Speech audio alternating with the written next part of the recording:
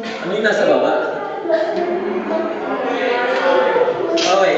So ano yung meaning niya? Sayaw ka. Pag nag-invite ka, nagawa mo na yung mga ABC rule, ABC na ginagawa, walang kwenta yan kung hindi mo i-follow up. Saan ba isisimula yung follow-up? Nagsisimula yan pagkatapos ng invite or pag umuwi ng invite. Bigyan ko ng example kung paano mag-follow up ha.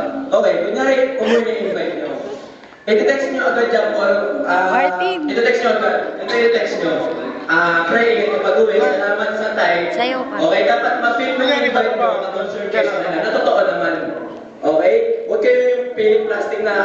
Kasi yung iba kasi kaya pinapala, parang iniisip na yung invite is pera lang. Isipin nyo, yung invite nyo, yun yung taong tutulungan nyo, yun yung taong tinulungan nyo pag bumita at the same time matulungan nyo na makatulong sa pamilya. Okay ba yun? Okay. Okay. Iti-text nyo na, sabihin natin na